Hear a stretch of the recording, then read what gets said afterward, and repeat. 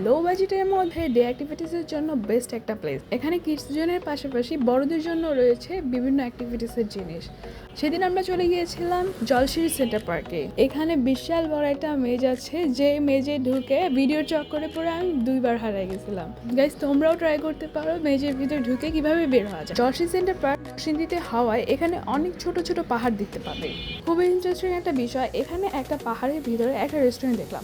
Restaurant তো অনেক রয়েছে, বাট সেই রেস্টুরেন্টটা দেখতে খুবই আলাদা। রেস্টুরেন্টের পাশেই রয়েছে লেক, আরও রয়েছে স্পিড বোট রাইডিং। এখানে খুব সুন্দর সুন্দর বসার প্লেস রয়েছে, যেখানে তোমরা বসে খুব সুন্দর টাইম স্পেন্ড করতে পারবে। ছোট্ট একটা ঝর্ণার মতন আছে, যেখানে খুব সুন্দর অ্যাস্থেটিক ছবি তোলা যায়।